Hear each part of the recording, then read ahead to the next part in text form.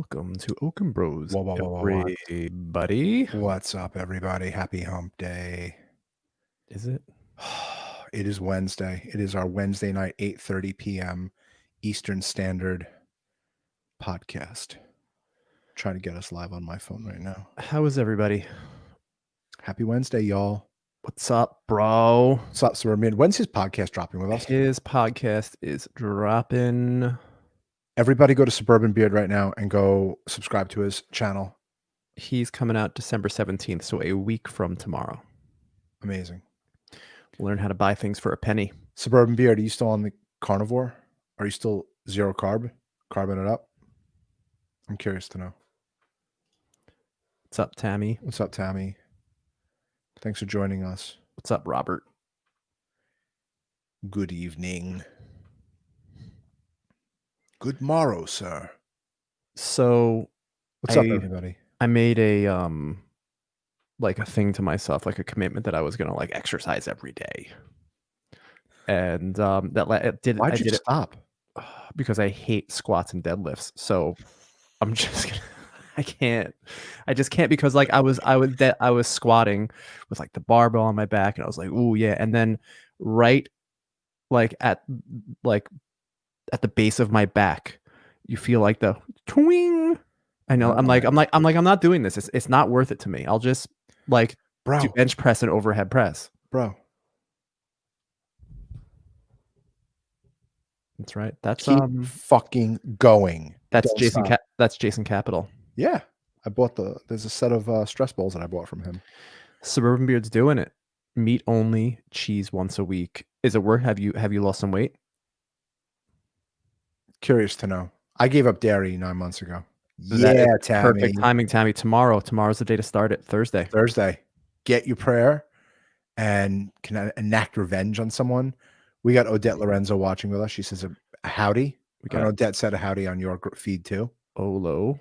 Oh, what's up, no. Mark in LA. See, I was working out. I downloaded the app called 531, and basically, those are two adorable children. Yeah, they're. We don't know where the blonde hair came from, but 531, and I'm like, it's squat, bench, deadlift, overhead press. It's like simple enough, and like you do it in like a like.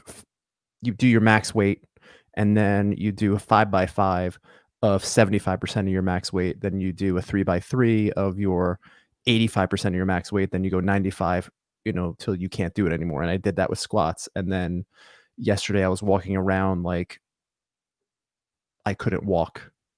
So I'm just not going to do deadlifts and squats. Why don't you do body weight exercises? Why don't you get like, what's his name? Ted Naiman has a really good. We should get him on the podcast. I would love to interview Ted Naiman. He's got a huge Twitter following.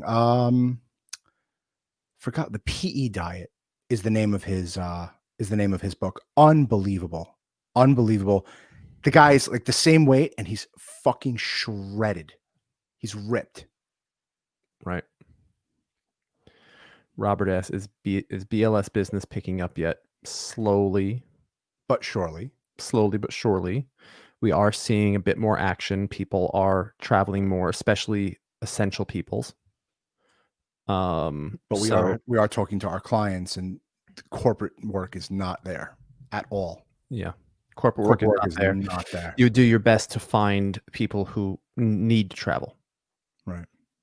That's the ticket right now, and but obviously nowhere near where we have to be. But we're trucking along. It's definitely headed in the right direction, Robert. How's your business doing, my man? Tammy was writing all the archangels and what they do. Yes.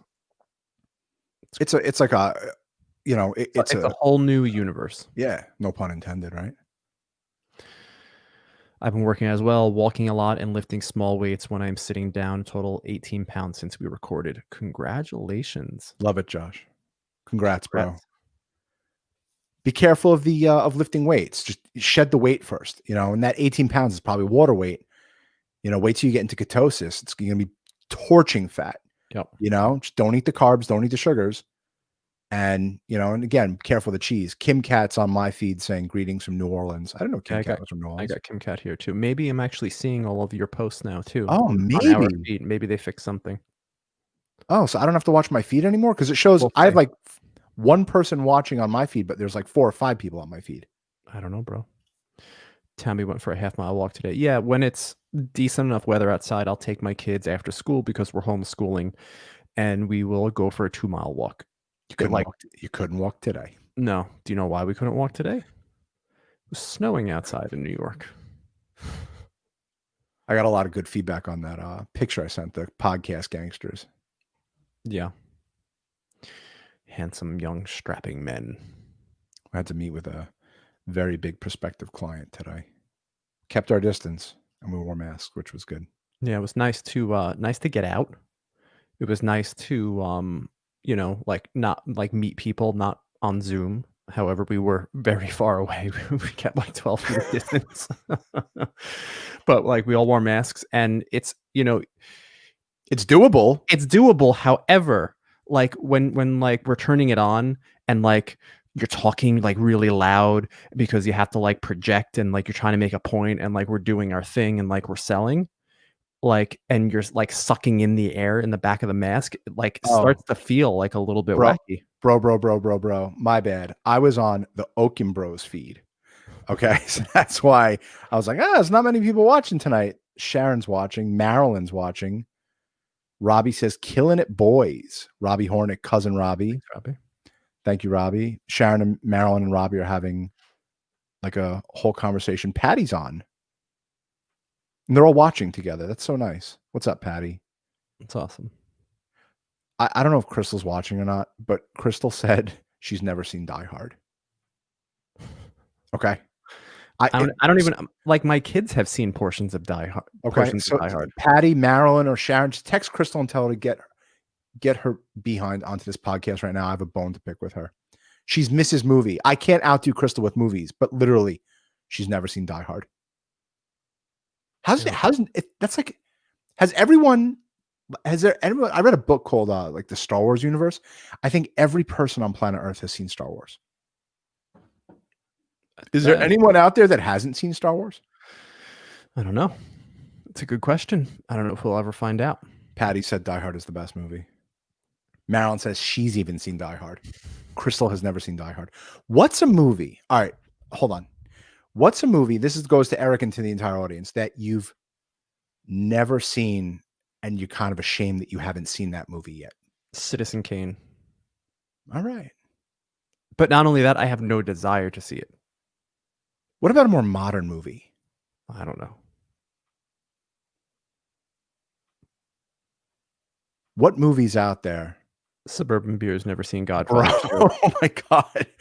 I mean, I would, I'm due to like rewatch them. They're unbelievable. To rewatch the Godfather movies. I would totally do that. The Godfather movies are Godfather 2 was I feel better than Godfather 1. It was really, really good. What's up, Jonathan? How are you? Jonathan, thanks for all those comments on YouTube, man. We appreciate it. It's awesome. And hope Patty said she's never seen The Godfather. Hope the angels. Crystal's watching. Crystal, yeah, sorry, bro, stop. I hope all those angels are treating you well, Jonathan.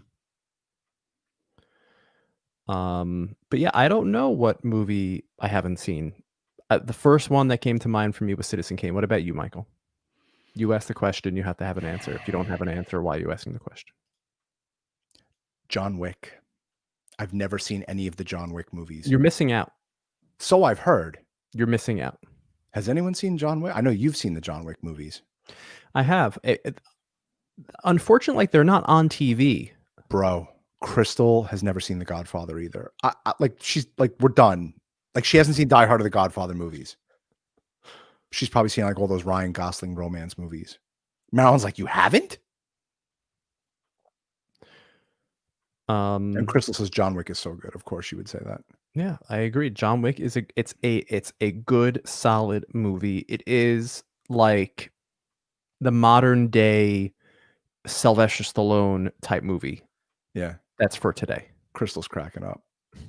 I've never seen a John Wick movie. I saw the first 5 minutes of the first one. Yeah, And right. I agree with Tammy. John Wick, yes, it's okay. That's exactly how I feel about it. They're not bad. are they They're making a fourth? I wouldn't be surprised. See, you know what bothered me about the first John Wick movie, and spoiler alert, No, like, don't tell me. don't Stop. tell you. No, stop. The reason why I'll try to tell you without telling the story. The reason why he did what he did seemed completely disconnected as to why he got back involved in the game of being a hitman. And it was just like a happenstance of a circumstance where, like, I feel like I would love to hear the drinker's opinion on this, because it bothered me that there was no rhyme or reason as to why the people did what they did to get him back involved. Unless I missed something, and unless it was a plan all along to get him back involved, but I don't know. Email the drinker and ask him to do a John Wick. He just did Die Hard. That was a really good. That was a good critical drinker. Yeah, Lakeisha's seen all the John Wick movies. I'm telling you, you're missing out. You should make a John Wick weekend. You can probably think I'll buy do, like like- the series. I'll probably do like on like Christmas weekend because we're like going to be it's going to be quiet then. I think I'm going to do a John Wick marathon. Now, do I have to watch back to back, or it could be like spread out over like days? Jonathan, come on. This is like standard viewing. Marilyn said Goodfellas was a good one. She spelled it Goodfellas. Was a good one. Did you know the Matrix refers to 9/11 on his license? That was 1999. There's a lot of stuff. Do you think that the Wachowski, what are they? What's their last name? Wachowski brothers. Wachowski brothers, like, they're actually the Wachowski sisters now. They changed their genders. No, they didn't. Oh yeah, Lana Wachowski. And No, they really. Are you looking that up, or I'm looking that up? Not that there's anything wrong with that. Are you going to look up shocked. Are you looking that up, or I'm looking that up? I don't know how to spell their name, so you look it up. Wachowski, W-A-C-H. Type in Lana, L-A-N-A. Wachowski, W-A-C-H-O-W. Okay. Yeah. Lana, and I forgot who it was. Formerly known as Larry Wachowski and Lily Wachowski, formerly known as Andy Wachowski, are American film and directors, writers, and producers. What? Yeah, Lana did that first. Larry did that first. Bro. And she became a transgender, which is unreal. I mean, that's, to think about that they did that. That's incredible. But yeah, no, it's directed by two women now. Like, it was always a Wachowski's brother movie, the Matrix stuff. But it's that, you literally had no idea. No, I had no idea. I cannot believe that they did that. I mean, what are the chances that two brothers would do that? Bro, you want to get 1 million followers? Put on a wig. Michelle and Erica. Listen, not that there's anything wrong with it. I have to respect it's whatever cool. anybody does. Cool. No, I think it's cool. When did they do this? When did I miss this? Lana Wachowski was a while ago. I remember watching that in like the early 2012s, like that time, 10, 11, 12, might even be before that. And I was like, oh my God, that she became a woman. That's crazy. That's unbelievable. I didn't know her brother did it. And then I read recently. Lana did it in the early 2000s. What did I say? Yes. Yeah. And then Lily did it in 2016. Yeah. Wow. She probably convinced him. I don't know. I mean, I'll try and convince you. Yeah, Jessica on my feed said she had no idea. She didn't know either, Eric. But yeah, it's the Wachowski sisters now is going to direct the Matrix movies. Yep.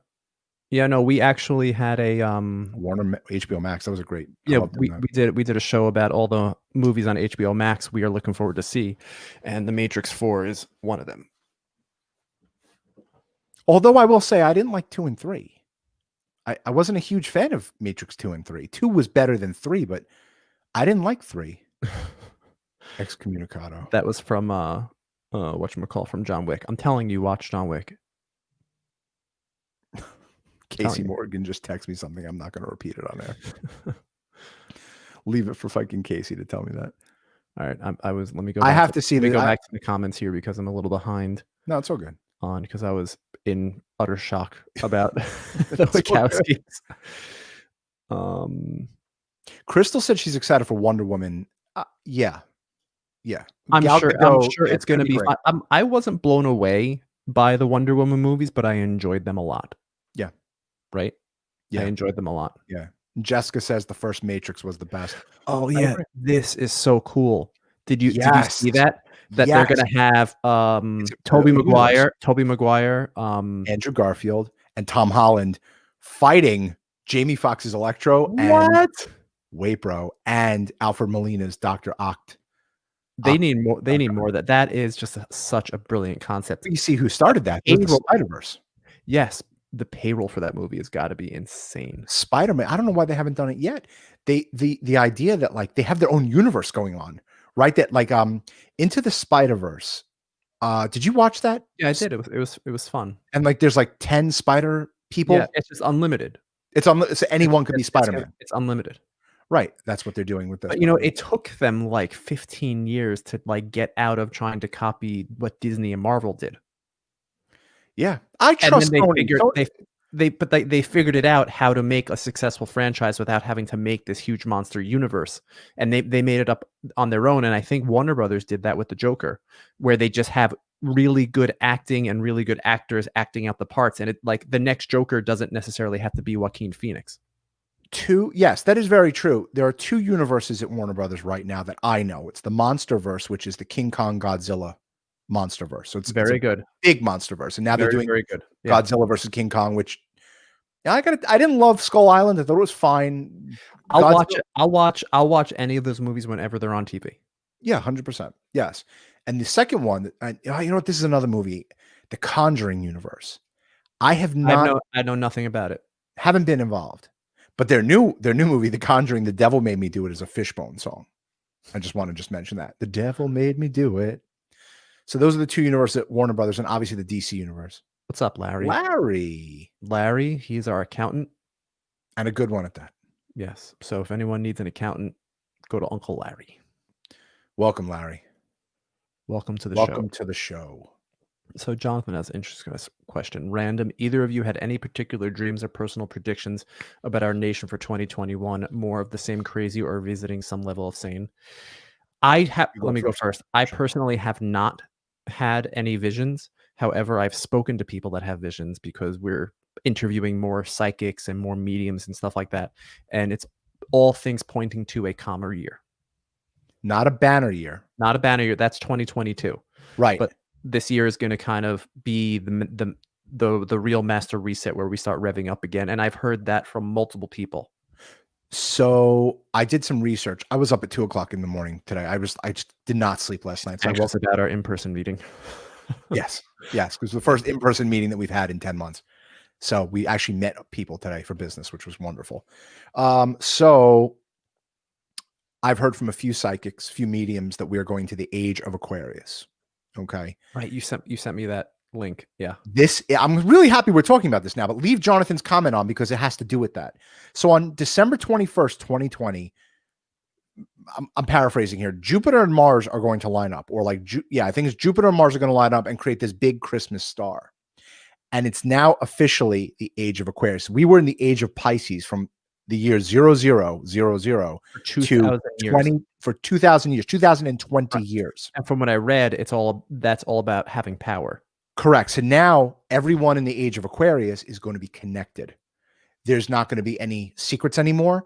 There's going to be extraterrestrial life. We're going to be communicating on a different level consciously. And it might take 1,000 years to get there, but it's already started. And obviously it's already started. I mean, I think the next 50 years of us be unbelievable. Is going to be unbelievable as far as technology is concerned. And just the way communication is going to happen. Absolutely. It's really going to be an incredible time. So Dad told us about the age of Aquarius through George Anderson, and Kim Russo told us about the age of Aquarius. And I went to a few other mediums who said, we're going to the age of Aquarius and it's going to be so much better than the last 2,000 years were. So this technological advancement, this higher consciousness that I'm totally into. Like I'm so excited about this. 2020 was kind of the finale of the 2,000 years. Yeah, I mean, that's pretty self-evident because we went out with a bang. Eric, do you have that the crossing off of that TikTok video where the guy was crossing off Time Magazine crossed off 5 I things? I texted to everybody. Can you pull that up? That video gave me chills, bro. Yeah, actually, I did save it. Hold on. Yeah, that I shared it on social media, and you share that now? Yeah, it made me emotional. I Yeah, found this video on TikTok, and Time Magazine has only put on something like 5 X's, in its uh, history. in its history, and it made me upset in kind of a good way. But yeah, Time has used an X to cross out things on its cover only 5 times. 4 red, 1 black. Oh, I didn't see the one black one. He says it. 1945 to mark the death of Adolf Hitler. Time. A red X. The next one is black. Later that year, a black X over Japan's rising sun marked the end of the war in the Pacific Theater. You know, and like these are huge milestones. April 21st, 2003, at the beginning of the Iraq War. And then on June 13th, 2006, to mark the death of Al Qaeda's number 3 Abu Musab al-Zakawi. And then Osama bin Laden. On May 20th, 2011. And then this one, I was like, he's marking off Trump. Right. But And December 14th, 2020, crossing off this fucking year. how brilliant was that? That I was mean, amazing. yeah, and like the music was playing and stuff like that, and it was all just very, very emotional. But there's obviously a shift happening. Very, very obvious that there is a shift happening. Let me catch up here with the Jonathan, yes, there's going to be a new level of calm in 2021. We got Mama in the house. Michael has vivid and realistic dreams. Have you had any realistic dreams? Oh, yes. Yes. Pertaining to me in Hollywood. I'll just leave it at that. Okay, so I don't know if it's wishful thinking or my mind's playing tricks on me, but you're manifesting. Has to do with this. What do you think about lucid dreaming? I want to lucid dream in the worst way, and I just can't. I can barely remember my dreams on a day-to-day night. I mean, I'll maybe remember my dreams once a month. I remember all my dreams. I wake up every day and I write my dreams down every day. No, I wish I could. I wish I could do it, but I personally can't. Anybody else have lucid dreamings, or anyone have really vivid dreams? Eric, I just want to mention Kathy Shanley is on my feed. Kathy, I heard prior to the beginning of the age of Aquarius, there's supposed to be a huge leveling of everything. Sounds like that's been happening a lot lately, huh? So yes, I mean, 2020 was the culmination. It was the finale. But lucid dreaming, all my dreams come true. It's the weirdest thing. I even tell my mom, I tell my brother, I tell Sharon and the kids, I'm like, I had a dream that we got this account, and lo and behold, it comes through. Age of Aquarius, and the sun will change to be more healing. I want you to know that, just to all of our audience, we were not into the astrological stuff. Like, this is all brand new. This is all just kind of coming out. You know what? I'm going to bring this up right now. Are you busy, Eric, or no? Do we have a lot of comments? I just bought this because I want to get into it, but I just got my first tarot book, and I know nothing about it. This is like different religion to me, but I got my first set of tarot cards here.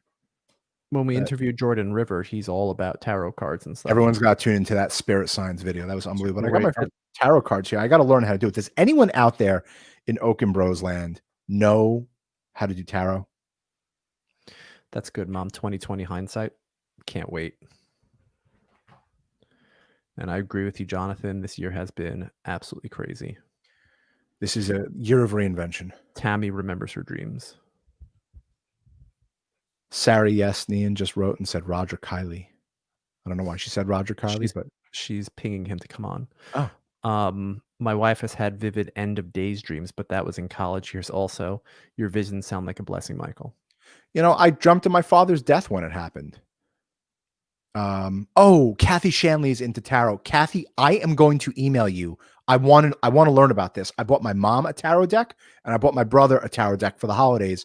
And like, I want to see this because apparently there's so much involved. If you ask it good questions, you're going to get good answers. Tarot by Janine. Go there, Michael. She teaches you also. She would come on your show. Let's do it, Mike. Come on. Write that down. Write down Tarot by Janine. I'm texting you right now. Donna Perducci. I own a deck, and whenever I pull a card and ask a question, it's always spot on. What do you ask the tarot, and how do you know how to interpret it? Because on it, I just see like some Hebrew lettering, like a sun, a moon, a star, or whatever. a symbol and like a magician on the front with a guy holding a sword. I don't understand that stuff. Do you interpret it, or is there like a set definition saying this is what the magician means? This is what death means. What does is there an encyclopedia for it? I'd love to learn about I'm that. sure there is. I'm sure a lot of it's open to interpretation, but I'm sure a lot of it is also pretty defined as to what it actually means. So that's Has anyone ever done pendulum magic? Is anyone out there in Okon Bros land done pendulum magic?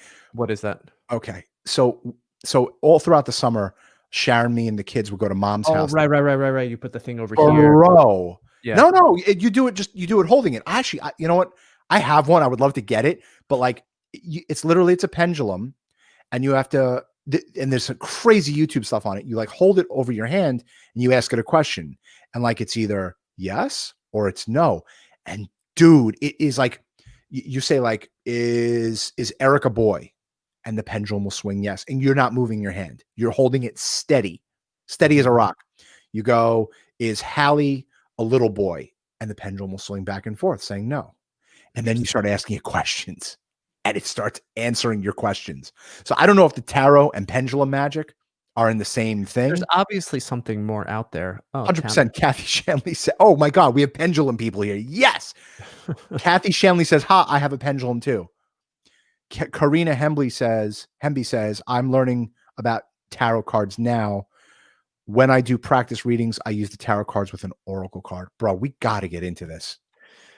It's probably just one book away, and then you'll just, consume everything in it. Kathy Shanley says, you ask it to show you what yes and no looks like. Yeah. Dustin Baker says, hey guys, how's everyone tonight? We're good, Dustin. Thanks for joining us. How did you guys find Respectable Mediums? My last two almost 2 years ago felt like she just read my energy and desires rather than messages I need to hear. It all started with George Anderson. Yeah. 30 years ago. They'll find you. Honestly, put it on the universe. And well, first of all, our mother, Carol P. Roman, which is her alias for her books, she is a medium. So you can check her out. Go to ladyphyllis.com. But there's also another gentleman by the name of Glenn Dove. He's really good. So you can go to find his website, GLENN, and then his last name is Dove, DOVE. There's plenty of good people out there. Usually just by word of mouth. We tomorrow we're dropping an interview with Maria Verdeschi. Excellent medium. Yeah, my wife had a reading from her this week. It was pretty dang good. Say what happened. I mean, say how like my grandfather came through to her. And our name. He's like, our name, and he's like, it's on your mother. It's your mother-in-law's father is here. She's like, your mother-in-law's father is here. So she was really, really good. Highly recommend. And the interview's dropping tomorrow, and her links for her website will be in the comments and everything. But she was really good.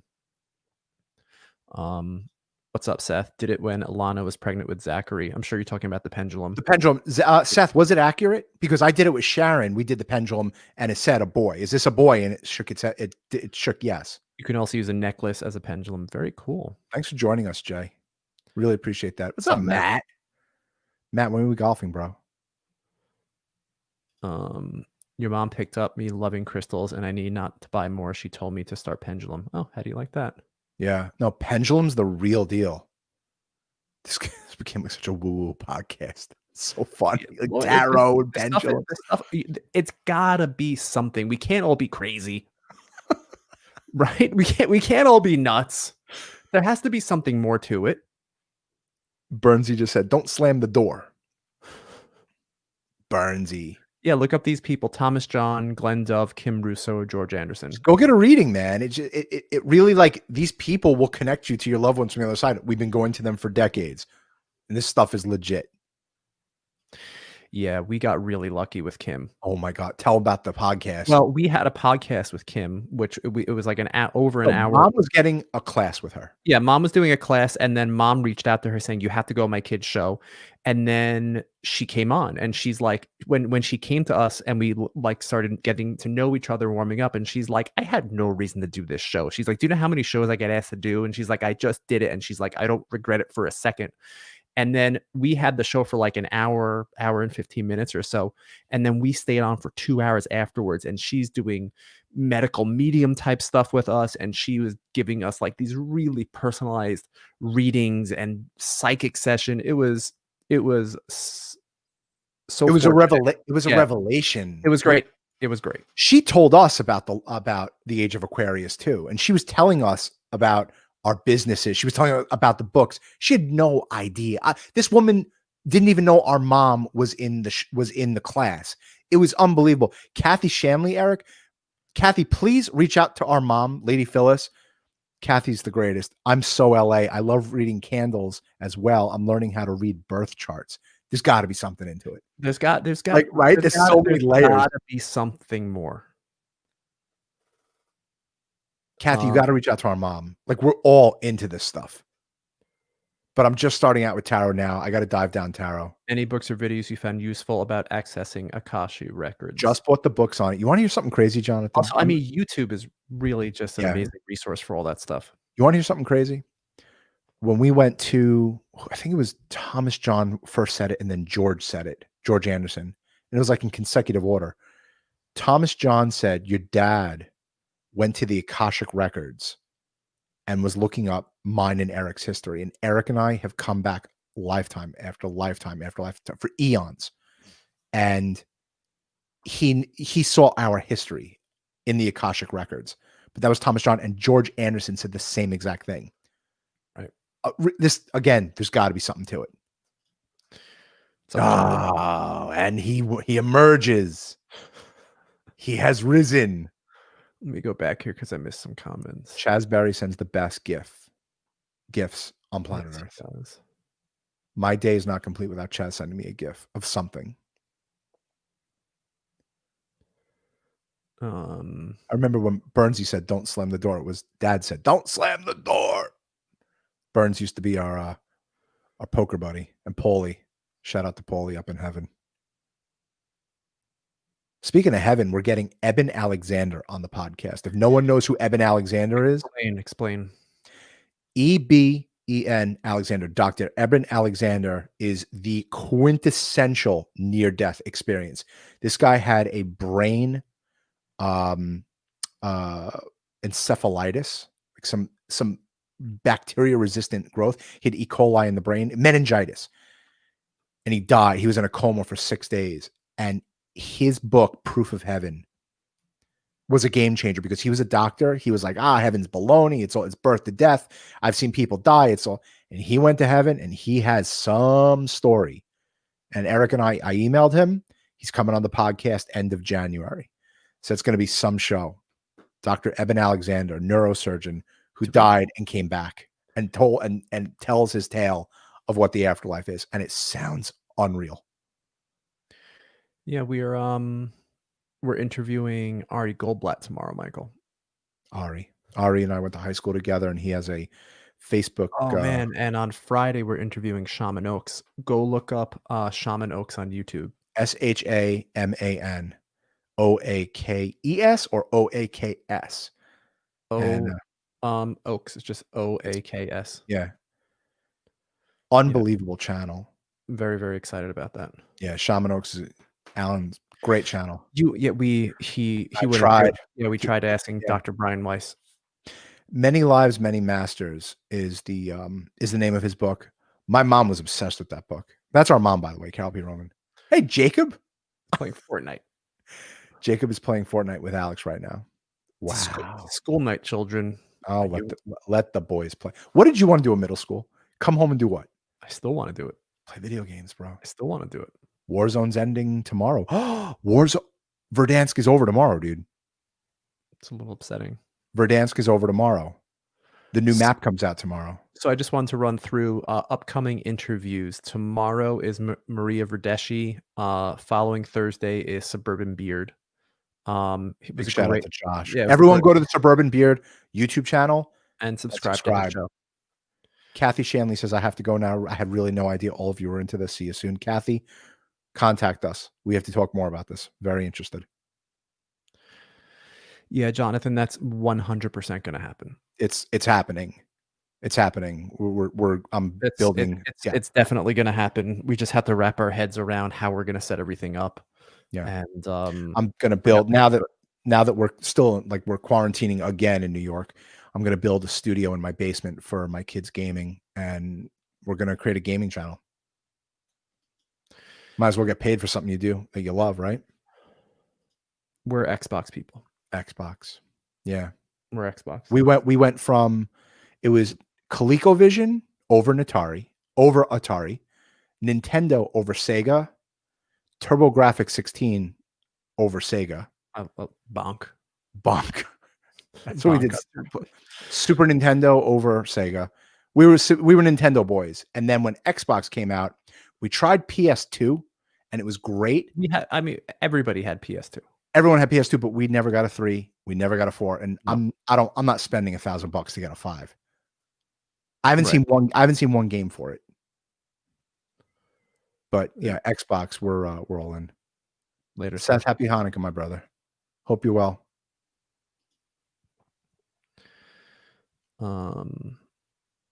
Crazy podcast, man. Jacob wants a gaming channel. This is how 12-year-olds talk today. Let's go a gaming channel. I play PC with a dual monitor setup. Y'all could build a 6 setup. We're going to.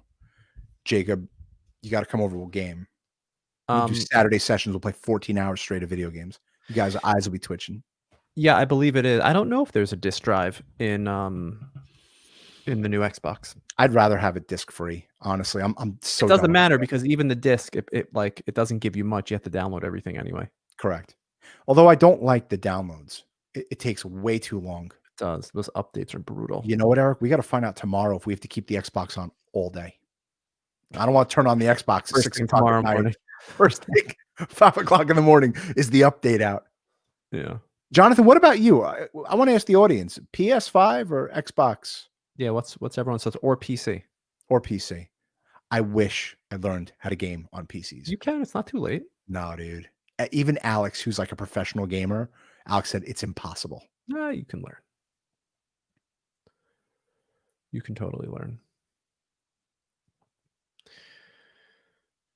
Maureen Ashley. Hi, guys. Buried my mama today. Oh, I'm sorry. Maureen, our condolences. Terrible. We hope it was quick, and just know wherever she is, she's in a good place. And she's better off. Maureen, if you want to get in touch with her, go to ladyphyllis.com and get a reading with our mother. And I will pretty much guarantee that your mom will come through. But terrible to hear. I'm really sorry to hear that. Yeah. I must say, burying our father, it was a very, very sad day, but just because it was such a long time coming, it was one of the most therapeutic things I've ever done. Yeah, it was one of the worst and best days ever. And because I didn't know that you needed to have a funeral so much, that it contains so much closure. So at least that's how I thought about it. But my condolences. I'm very sorry to hear that. Maureen says she prays every night. She sends me a message. She will keep your eye open for those messages. And she was 94. That a terrific woman. I hope we got our mama to 94. That would be great. Yeah. You're very lucky that you had your mom that long. What age is it okay to get your kids into video games? As early as possible. That's the future. No, I agree with that 100%. Yeah. As early as possible. It's different now. It's not anti-social gaming now. Listen, Alex is playing right now with Jacob online. That's my son playing with his best friend Jacob. It keeps our kids can't see each other. They're cousins, but they're connected. Every day. They're connected hours together online, and they're laughing and they're giggling and they're doing FaceTime and they're working out problems. They have issues. Yep. Yeah, and they buy things for each other. They work up enough points, and they'll gift each other stuff on Roblox, or just tonight the boys were playing Warzone together with us, and Hallie was watching. Yeah, and I think it's great to build community. It's great to build camaraderie, and it keeps people connected. And I think anything that keeps people connected is a good thing. And there's nothing wrong. It gives hand-eye coordination. Listen, you can't escape the technology. Xbox is here to stay. PlayStation is here to stay. Nintendo is here to stay. And it's only getting more connected. You know, I wish I could have played with my friends in California, SimCity, when I Right. was growing up. Right. And it really only started when Eric started playing it wasn't World of Warcraft, it was Warcraft 2, that he started playing with people online. And then when we got Xbox, the original Xbox, and we could play with Madden with each other, when I moved out of the house and I was able to play Madden with Eric, Hmm. I mean, that was everything. We started playing Call of Duty. How long do you let them play video games per day?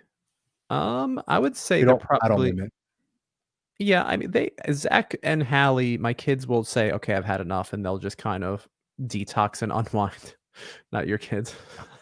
No, my children are what mom and dad were to gambling. Alex and Kayla are to video games. And Sharon and I talk about it all the time. I mean, Sharon and I say, like, we would play Mario Brothers growing up, right? Everyone played Mario. I would play Zelda. Zelda was my game growing up. You play for an hour or two. That's it. You're done. You put it away and you don't have to think about it anymore. Now, you know, Alex in the middle of school, they have a half-hour lunch. They're going to go grab a game of Fortnite together. That's their social life. You know, Kayla plays with her cousins Roblox, and she's talking about Adopt Me now and this other game, Well, Among Us, yeah, I mean, Adopt Me is in is Roblox. in Roblox. It's like it's in the Roblox unit. Roblox just went public, Did they really? That's, yeah, man, you want to talk about a good stock to buy? and their stock symbol is Robux. Really? Yeah, and that's like you buy Robux in the game. Every day, Kayla comes to me. I know Zachary comes to you every day and says, "Dad, can I get this unicorn princess, please? It's only $1." Jacob, you're gonna have to school us on how to set everything up. Jacob, I'm going to We're get gonna you on a conference call when I set up the studio in the basement. tell us And everything that we need, yeah, and you set us up. I got to get a camera for them. And I got to learn how to plug it in. Anthony would probably know how to do that too. Yeah. My camera crapped out, and Anthony knew exactly what was wrong with it. Yeah, my kids will detox. I mean, Zach is, Six. typical 6-year-old boy, and he'll game, and then all of a sudden he'll come to me and say, "Dad, let's go play," and then we'll go play Nerf guns, or we'll go take a walk. So like my kids at this point have no problem disconnecting. If I say, "Come on, guys, it's dinner time," they're not, "Oh, 5 more minutes." No, they'll come and they'll eat dinner.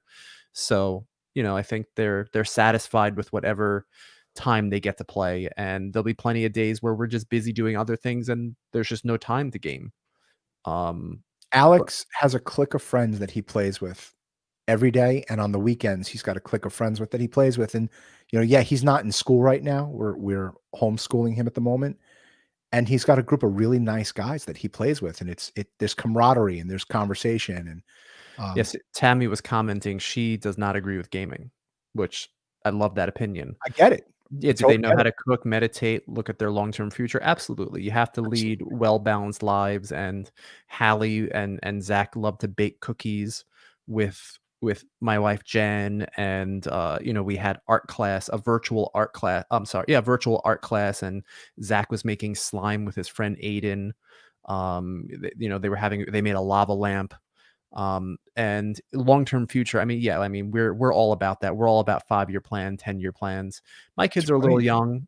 They um they know they're coming into the business. I mean, there's not even yeah, a question. yeah, no, we're always teaching them how to game plan and stuff like that. Tammy, our children play golf. They play tennis.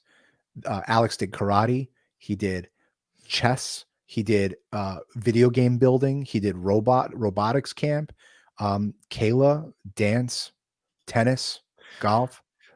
Yeah, every single day my kids will come to me and say, can I buy this on Yeah, Roblox? And I say, you get once a week. yeah, Once a week you can yeah. go and buy something, because they would just do it every single day. Right. But no, our children are very well versed. We allow them to play because we feel it's good socializing with their friends, because right now we can't see anybody. But there's really no putting that video game thing back in the box. Yeah, and like our mother said, moderation is best. Yeah. Yeah. But there is a comfort in playing video games.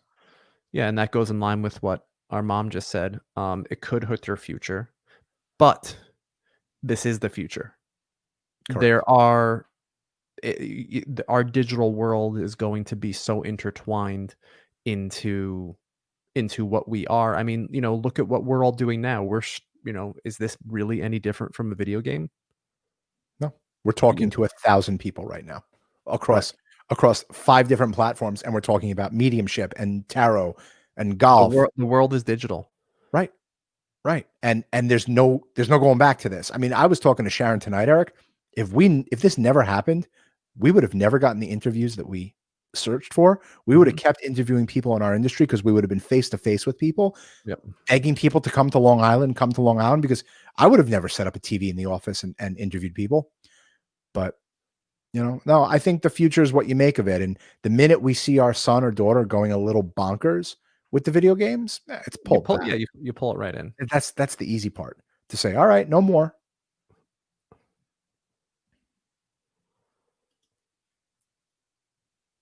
That's very true. Tammy says she's a YouTube person. She gets it, but I'm trying to enhance my future and relationships. Yeah, we totally understand. Listen, our kids, when we first went into quarantine, let me tell you a real quick story, Eric. When we first went into quarantine, the kids had to do their learning. And it was tedious. I mean, who wants to sit in front of a computer and listen to a teacher drone on? It's boring enough in school. Forget about it on the camera. And I have 100% respect for what the teachers are doing. It's the hardest profession in the world. I could never be a teacher. Yeah, I could never do it. It's impossible. I don't know how people can be like a nursery school teacher. Yeah, I would walk into those classrooms and I'll be like, oh, I have to get out of here. But Tammy, what I was saying to my point is that the kids were doing their schooling, and Sharon and I were homeschooling them, and I gave them 1 hour a day to go on YouTube and pick a subject, and they can learn anything about. And Kayla took the entire quarantine, and she was learning about fish. And Alex took the quarantine and was learning about astrology and Greek gods. The stuff that you're really not going to learn in school, because the stuff they're learning about in school now, oh my God. Our daughter took a 2-hour test today, a 2-hour math test today. And it was really hard. It was really different. And how many ways can you say 8 times 6? They somehow found a way to do it. And it was tedious and it was horrible. But that's what the curriculum is today. I'm not brave enough to pull my kids out and say, all right, there's no more. Now you can learn whatever you want on YouTube. They got to go through it just the way we did. And it was tedious and brutal in my opinion, when I was doing it. And it's the same thing now. And until we can get into the real world and teach them, real world things. But there are basics that you have to learn in school. After elementary school, it's about it. Read, write, and do math. Not even. Who cares about math? The computers do the math. Your calculator does math. Are you two working with any particular angels right now who you'd like to share? I'm starting with a Shalaya tomorrow for personal insight. I love it, Jonathan. I am. I've been kind of laxed with my asks and speaking with the angels, and I've been taking just a more relaxed approach. But I have been seeing results. Interestingly enough, Michael has been doing more of ritualistic type things. I've been like, kind of before I go to bed, I'll ask my group of angels to help me with whatever problem has been going on in my life. Jonathan, this is next level. After you do 10, 20 prayers on the 72 angels, this is next level stuff. And I have 2 more angels to go on this. This is called Wealth Magic, and it's about leading a wealthy life. This was epic. It's a very short book. It's not even, I'll tell you right now, it's 80 pages. This took me 8 months to do. And I have 2 more angels to work with on it. So I'm in the middle of Wealth Magic now. And then after that, I'm going to another Damon Brand book. What do you call? I think it was Angel Servitor Magic or something. I'll check the book and I'll let you know. But I have a lineage on what I'm doing now with the angels. And this Wealth Magic was just started it in middle of the summer. And I have another 2 months to go. It's dedication. It's dedication. It takes a few minutes a day. And the best part about it is once you're done with it, you're done. You don't have to think about it anymore. But Mom and I were doing the same book. And it was really fun to compare notes on this book. But Wealth Magic is, again, just Damon Brand times 10. I mean, you're working with a lot of different angels in that book. And it's really cool. You feel it. You feel them with you. You feel them in the room. It's Yeah, I had before bed last night. I slept really good last night too. Before bed last night, I felt I was praying to the angels kind of in my head under my breath, and it felt different last night. I felt connected last night, and it what do felt you think good. that was, Eric? I don't know. It just I felt good inside when I was saying it. It felt like it felt I felt connected to something. Mhm. And I don't get that I don't get that very often. So I know when I felt it that it felt really, really good. Yeah. The synchronicities that happen when you're dealing with the angels, it's unmistakable.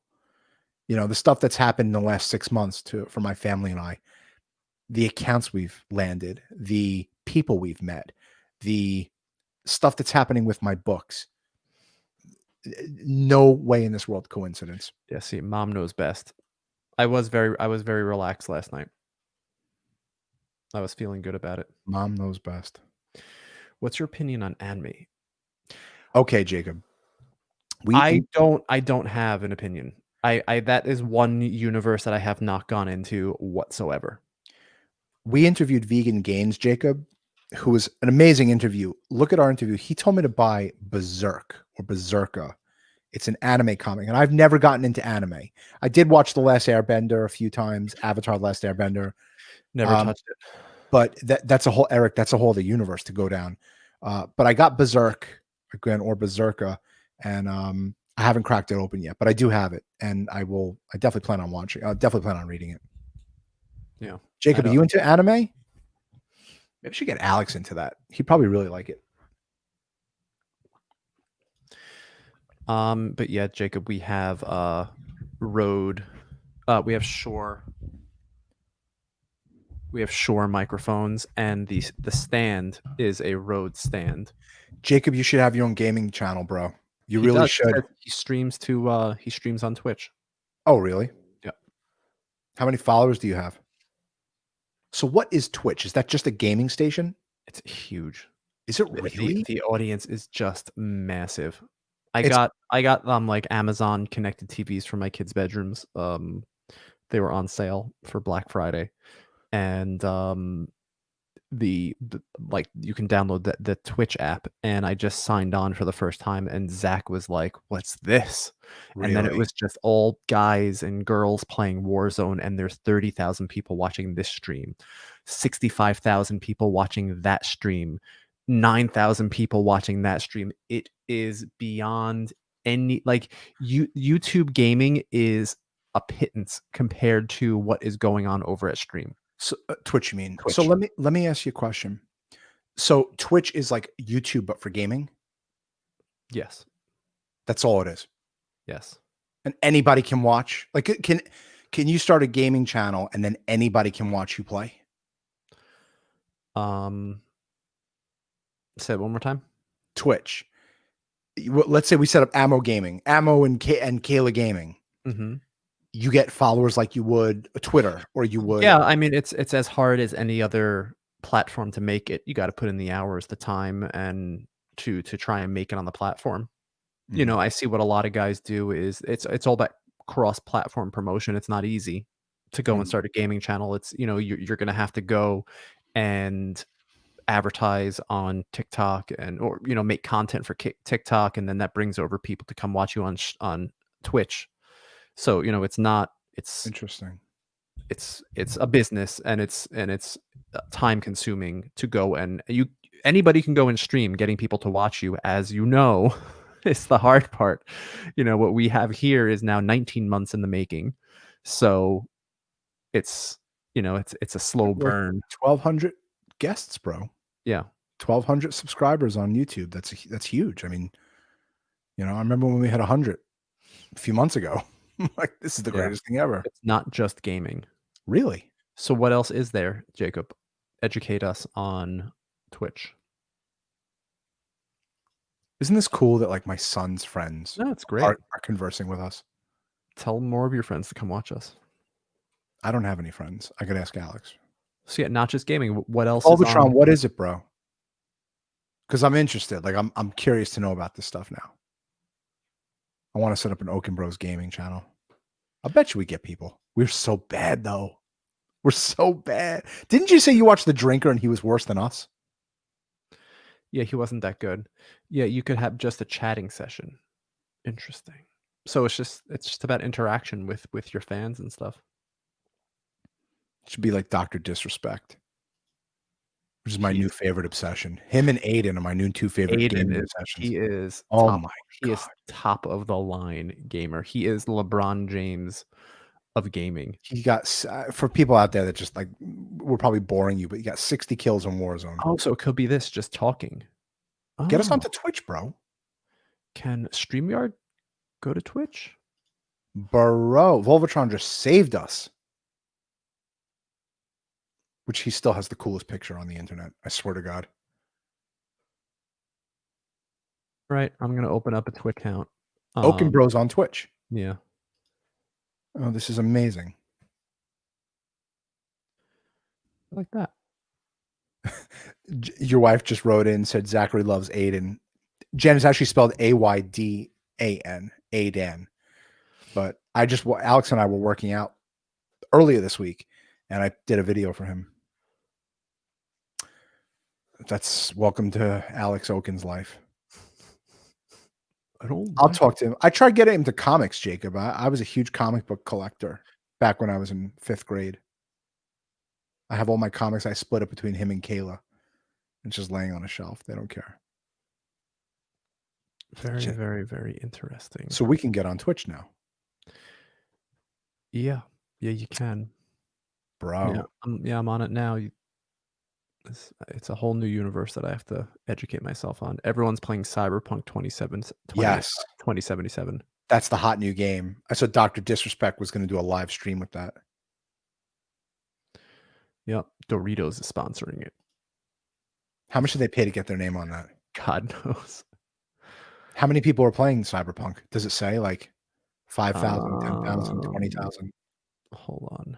So that's people streaming? Shroud. This guy, Shroud, SHROUD,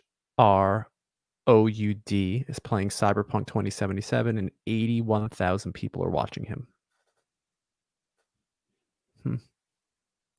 So that just shows that, is gaming a waste of time? Nick Sugars just texted me and said, this literally is so random. Has anyone ever told you sound like Vince Vaughn? LOL. Vince Vaughn was my hero in college. Swingers was the movie that did it for me, right? Like in my top 10 favorite movies of all time, There Will Be Blood, Tommy Boy, Lord of the Rings, Star Wars, but Swingers. And I wanted to be Trent in Swingers. He was so cool. He was so calm. I think everybody wanted to be. Yeah. I think Vince Vaughn's best movie is Wedding Crashers. Swingers, I think. Wedding Crashers. Of course, Swingers, yes. But outside of Swingers, the Wedding Crashers movie was so tough. It was him in all of his glory. And what's his name? Owen Wilson. Owen Wilson, right? Yeah, Luke and Owen. Yeah. It was a great movie. He went off the deep end, right? Like I don't know what happened to Owen Wilson. He tried to kill himself. Did you see what was that? It wasn't Luke Wilson. It was Vince Vaughn. I forgot what I was going to say. Chaz just said Patty said Dodgeball. Dodgeball is an absolute. We saw that movie on opening night. Dodgeball is like a modern day Caddyshack. Yes. It is. And like that was like an early 2000s classic of a movie. Yes. Great movie. The unspoken hero. Bradley Cooper. That's yes. The unspoken hero of that movie was Ben Stiller as the bad guy. He was so damn funny on how just his whole Globo Gym. I mean, that was just an absolutely hilarious movie. Chad says you motorboating son of a. Yeah, no, Wedding Crashers is, you don't realize what lines you use this day. So that was Bradley Cooper as the villain who took his career and skyrocketed. Yeah. He was in The Hangover after that. And it was, I mean, anything. You didn't know, when Bradley Cooper was in Wedding Crashers, you didn't know that was Bradley Cooper. No, you thought it was, I forgot the guy's name. Yeah, it was just some good looking guy that was in a movie, and then all of a sudden he was in Hangover. But you never put two and two together that, oh, wait. And then you go back and you watch Wedding Crashers and you're like, wait, Bradley Cooper was in Wedding Crashers? Have you seen The Hangover lately? Every line in that movie is funny. Yeah, no, it's a great movie. And I didn't like that movie. Zach Galifianakis. He owned the movie, but part 2 was hysterical, and part 3 was great. Yes. The guy who did Joker did the Hangover movies. And a lot of people didn't like Hangover 3. But I thought the Hangover series were great. And that's what I wanted to do. When I wrote Fever, you remember I wrote Fever? Mm-hmm. Remember I wrote Fever in college? And it was about a Vegas. It was my Vegas movie, which actually morphed into Pokergeist. And then Chaz keeps sending things. It's just really funny. Then the Hangover came out, and I said, like, why didn't I think of that? How do you lose a bachelor? How do you lose the groom in Vegas? Yep, so simple, but it was absolutely brilliant. Chaz says Hangover 2 was terrible. I mean, I watched it yesterday, actually. Watch it again. It was really funny. And yes, it wasn't placed in Vegas and everything, but the Hangover 1 was a modern day classic. The best part of Hangover was the ending when they were going through the digital camera. 100%. That is the best part of the entire movie. My favorite is when Zach Galifianakis is getting head from the 60-year-old woman. Yes. The funniest. And he's smiling. It's good. But how many Vegas nights are like that? Like, that wasn't off the cuff. Not the movie itself, but those pictures. Yeah. Right? Yeah. Most people have, well, you know what? We've had our Vegas nights that were crazy. Chaz is spewing out Hangover lines on my feed. Yeah. I'll be your Doug. I'll be your Doug. Our Doug is a black. Just a genius movie. And the guys who wrote that movie I think they were like nobodies. I think they came out of nowhere. Jeff Robinoff greenlit the movie, and they never expected it to do $1 billion. The Hangover was the highest rated R-rated movie of all time, and then Joker overtook that. Really? And both directed by Todd Phillips. Yeah. Todd Phillips is an amazing director. He bites a lot off of Scorsese. You ever see War Dogs? I watched it the other night. One of my favorite movies of all time. Top 30. It's in my top 30 favorite movies. I know Jonah Hill. What's the other kid's name in it? Miles. Miles Teller. Miles Teller. Yeah. What the hell happened to him? I'll tell you what. He hasn't been in a movie since. He made Fantastic Four. It bombed. But then he did this boxing movie with the guy who did what was one of my favorite movies of all time. I took Sharon to see this movie, Boiler Room. Mm-hmm. Boiler Room was a great movie. And he made this boxing movie. It bombed, and he's gone. That was it. He disappeared. Because he did Whiplash. Whiplash was one of the greatest movies ever made. In the decade that it was in. Yes. In the decade. It was in the 2010s, Whiplash, I think that movie was so intense. And I'm a drummer. I play the drums. For years. Yeah. I absolutely loved that movie. And he's a great actor. Yeah. But I just think it was poor choices with whatever movies he was doing. To me, he was young Robert De Niro. If you want to know the truth, he had that potential. Curious to know if he's doing anything now. Maybe he's in production or something. I'm sure he is. Listen, people I come want back. to find it out. I have to find this out because look what's going on with what's his name from Twilight. Oh my God! Talk about a reinvention. Have you watched The Lighthouse? No. Eric, please. What's his name? What's his name again? Miles Teller. No. I know Miles Teller. Robert Pattinson. Oh, he's in he's the Robert new Pattinson. He's the new Batman. So listen to this. Miles Teller, his last movie was in 2017. Took a hiatus. 2021, he's in Top Gun. He's Bradley Bradshaw. Okay. And he disappeared for 5 years. Disappeared for a little bit. But War Dogs, Bleed for This. That was the movie. Bleed for This, and it was supposed to be his coming out again. It's hard to believe War Dogs came out in 2016. It's crazy. That movie was one of my favorite movies of all time, War Dogs. But yeah, Robert Pattinson. He reinvented himself. But it all started with The Lighthouse, Eric. Mandatory. That was the first movie I watched in quarantine. It's a psychosis thrill ride. It's about this lighthouse keeper, Willem Dafoe. How he was not nominated for an Oscar is beyond me. It's filmed in black and white. It's Robert Pattinson is seeing mermaids. The Drinker did a review on The Lighthouse. Mandatory. Not for everyone. It's not a love story. This is not something mom should watch. It's going to keep up. Am I gonna be tired? No, no. But they're so they speak like sailor speak back in like the 1700s, the 1800s, and they're stranded at this lighthouse. It's the same director, young kid. He's younger than you. He wrote and directed The Witch. Have you seen The Witch? And it's spelled like VV. It's like The Vitch. No. You know, I feel like Robert Pattinson had to work really hard To get rid of the Twilight stigma. to break out of Twilight. 100%. Kristen Stewart didn't though. No. She's in a new movie. She did Charlie's Angels. Bombed. Yeah. It bombed. Nobody wanted to watch it, which I mean, really, I don't. Chaz says he's waiting for Meet the Fockers 22. Meet the Fockers was a great movie. Yes, it was. Gaylord Focker. I'm a writer and I can't come up with that shit. No, that's why they got made into movies. That's why they got made into movies. But yeah, no, I mean, anything with Ben Stiller. When Ben Stiller's cameo in Anchorman. Gary Vee has been doing this overrated and underrated thing where, you know, people spit at him if it's overrated or underrated. I still think Ben Stiller is underrated. I don't think he is given as much credit as due how brilliant he actually is. I think there's top 5 Ben Stiller movies of all time. Go. If you want to look it up, the filmography, you know. Yeah, no, I can't do this off the top of my head. No, I mean, Meet the Fockers is, you know, but then Zoolander. Yeah, right? I know. He's an icon, Zoolander. Yes. Night at the Museum was a great movie. I don't know if that created a genre. You know who disappeared, which is crazy? Mike Myers. Nah, but he was always like that, Eric.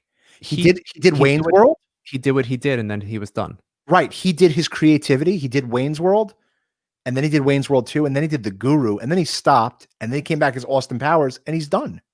But did you know Mike Myers was in Inglourious Bastards? Yes. Did you know Mike Myers was in Bohemian Rhapsody? Yes. Yeah. He was the record producer. Right. Where he said, "What is it? Kids are going to be listening to Bohemian Rhapsody, headbanging in the car." It was his ode to Wayne's World because Wayne's World made Queen popular again. Right. I'm looking up Mike Myers. Why would he stop? He's not Hollywood, dude. He's done in 2018. He did Bohemian Rhapsody and Terminal, and I think both of those were kind of just cameos. Yep. 2015, I Am Chris Farley. 2013, Supermensch, The Legend of Shep Gordon. I think he tried to come out with like a new type of thing. No. Shep Gordon was the manager for all the SNL guys. Right. He was their agent. That was a great documentary. Yeah. Bro, 2010, he did Shrek Forever After. That was basically. Oh, and Shrek. He did the Shrek movies. I guess he does. When you do Shrek. Do you know what? Austin Powers and Wayne's World. Type in Mike Myers' net worth. I'm really curious to know what his net worth would be. I would say $250 million, and I'm lowballing it. Austin Powers was on fire. Could have made 5 more, and Chaz says Austin Powers was on fire, and he could have made 5 more Austin Powers movies, and they would have been all amazing. $200 million. I was right. I said 250. I thought it'd be more than that. He's 5'8". Yeah, he's a shrimp. Don't discriminate against little people. No, I'm just saying he's short for a guy. It's all right. Standing on $200 million, he could just say whatever. He could be 5'8". It's no problem. But Mike Myers disappeared. You know who one of the funniest comedians we ever saw was Dana Carvey in Vegas at the Mirage.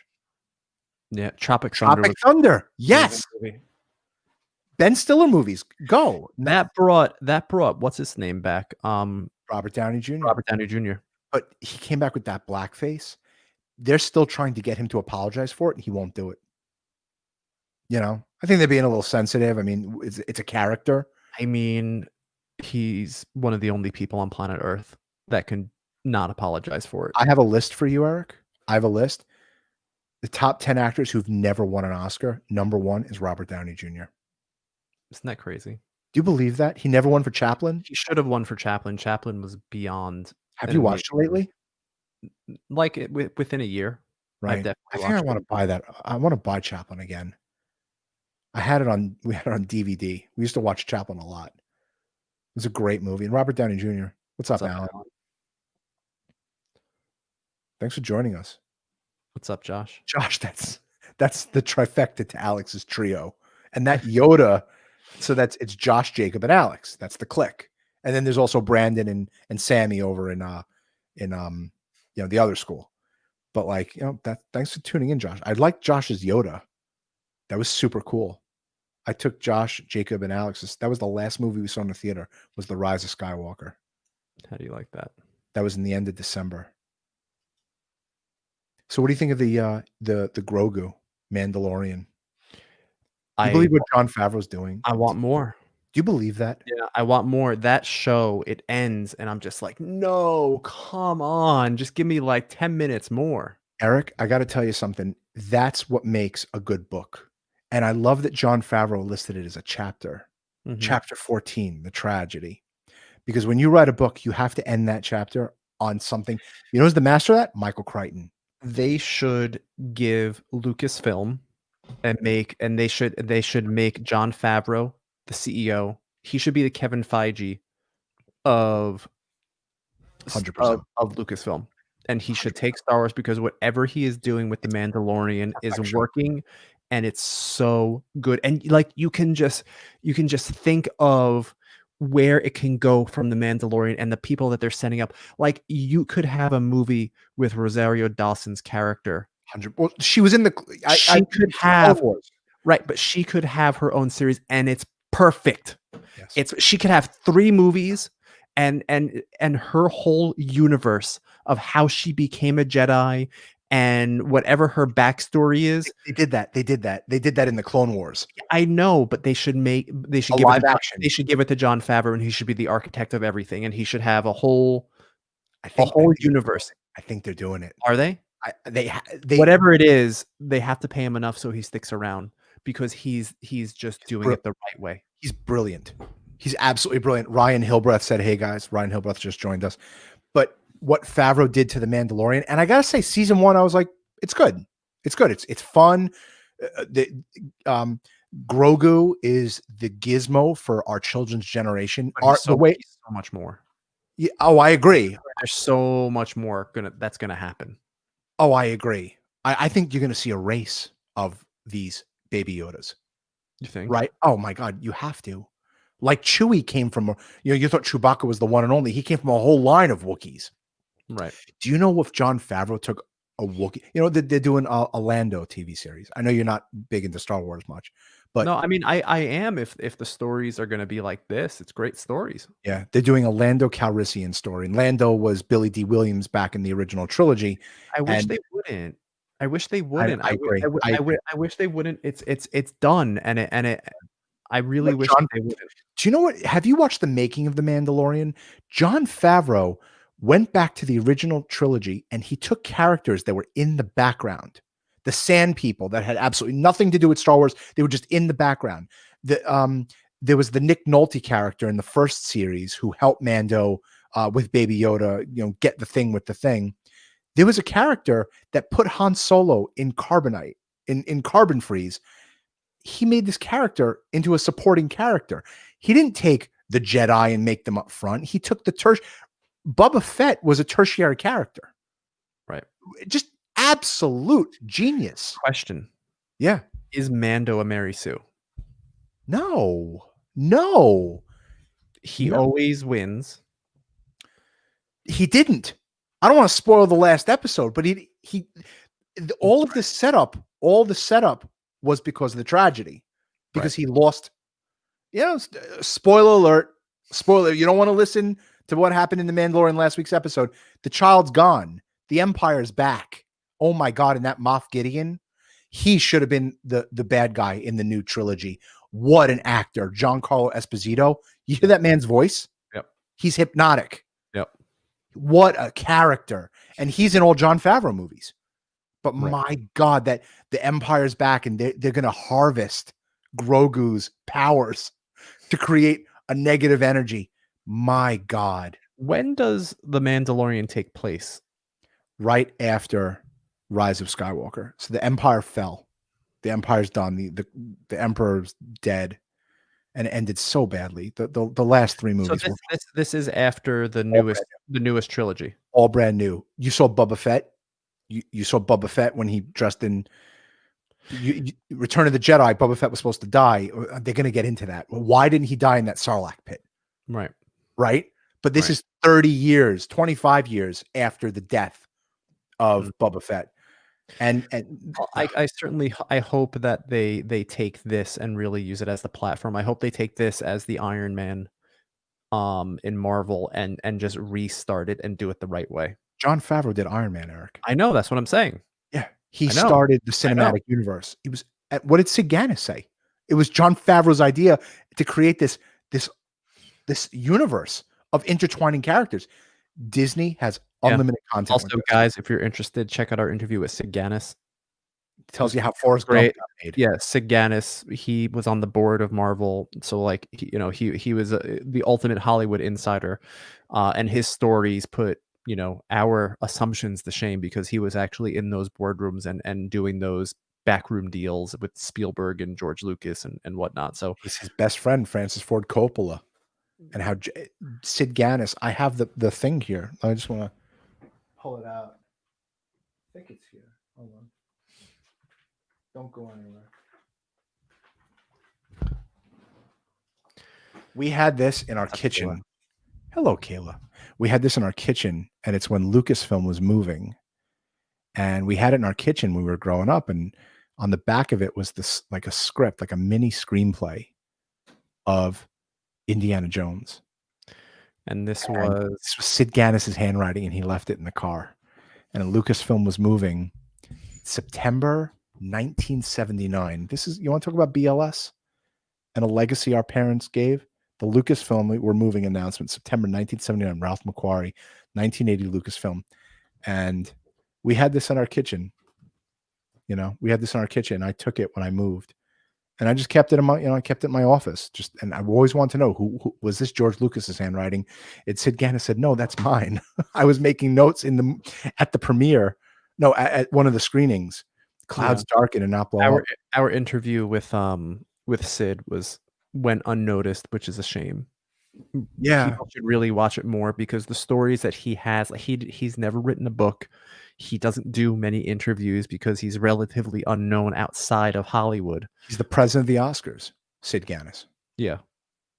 Telling you guys, if you're into this Hollywood type of stuff, his interview was amazing. One of my favorites. Well, the history of Hollywood just fascinates me. And I watched Mank last weekend. It was David Fincher. It was good. It was dry, right? It wasn't like The Social Network, and it wasn't like Seven, like a good David Fincher movie. It wasn't like Fight Club. It was a good movie. It's going to win something. It was brilliantly written. But that era of Hollywood from the 1930s, writing Citizen Kane, hanging out in Hearst Castle with the Hearsts. Yeah. That's when I wanted to be born. That's what I wanted to do. I disagree with that. I love being alive now. I would not want to go back in time without the internet. Are you kidding me? No, I'm not interested in that. Right. No, thank you. Ryan Hilbert said, super cool story and item. Yeah, that's a relic in our family history. That Lucasfilm is a relic that our family was involved in Star Wars as it was being made. It was just the Indiana Jones movies. Sharon over the weekend watched all 3 Indiana Jones movies. They were on TV and she just had it on. Yeah, I watched them on Netflix. What did they hold up? I watched The Kingdom of the Crystal Skull. It wasn't as bad as you remember. Really? Yeah. Yeah, you should watch it again. It was fun. And Shia LaBeouf didn't ruin that movie? No, I don't think so. It's all about crystals and extraterrestrials and alternate dimensions, which is really interesting because it's coming from George Lucas and the Jedi, and like he knows he's leaving clues and breadcrumbs in plain sight about magic, and about aliens and about alternate dimensions and law of attraction, and he's telling it through stories. And there's a reason why George Lucas is George Lucas. He has a movie called Strange Magic, Eric, and it wasn't a great movie, but it was a movie called Strange Magic. So, I think that George Lucas knows. Oh, and in Willow, you remember Willow? Mom took us to the premiere of that. Do you remember? Yep. You saw Willow? Mad Mardigan. Yeah, yeah. Do you know what the princess's name was? Do you know what the princess Raziel? Okay. And for all our archangel maniacs out there, Raziel, George Lucas was praying to the angels before we were born. Yeah. George Lucas knew He knew exactly. he knew something we didn't know, and that's what I love about learning about these new pseudosciences. Pseudo. Pseudosciences. I'm sorry, guys. I pronounce things how I see it in my head, so that's why I have my brother here to correct me. But It's all good. these things are coming out, and the more you do research on them, the more you see really successful people leaving cookie crumbs on how they were actually able, or that it's there. And I mean, George Lucas is the greatest example of all time, where you're saying that her name was Raziel. I mean, it's The unbelievable. princess's name in Willow was Raziel. Yeah, and the Jedi is so obviously the law of attraction. And then if you look at the Kingdom of the Crystal Skull, watch it. Watch it. Did I'm he telling write you, it? Did George Lucas write? I'm not 100% sure.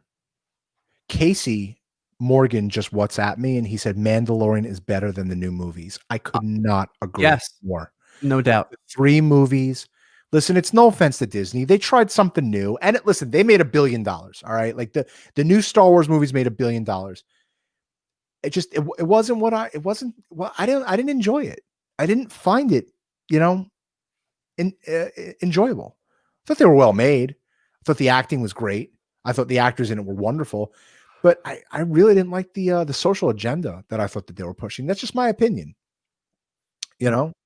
Yeah, I think that that story has its place in movies, but not necessarily in Star Wars. However, I watched Enola Holmes, and what What's was Enola Holmes, Eric? Enola Holmes is she is Sherlock Holmes' little sister. Oh, that's awesome. Yeah, That's awesome. and I must say she wasn't Mary Sue. She wasn't as Mary Sue as I thought that she was going to be. Where she did have problems. The story was a little weak. However, Henry Cavill was really good as He's great Sherlock in Holmes. everything. Oh, And Henry Cavill's Sherlock Holmes? Henry Cavill Sherlock Holmes. And you know, I liked it because I liked the story and I liked who she was, because I was thinking about my own daughter and realizing that she can do whatever she wants to do.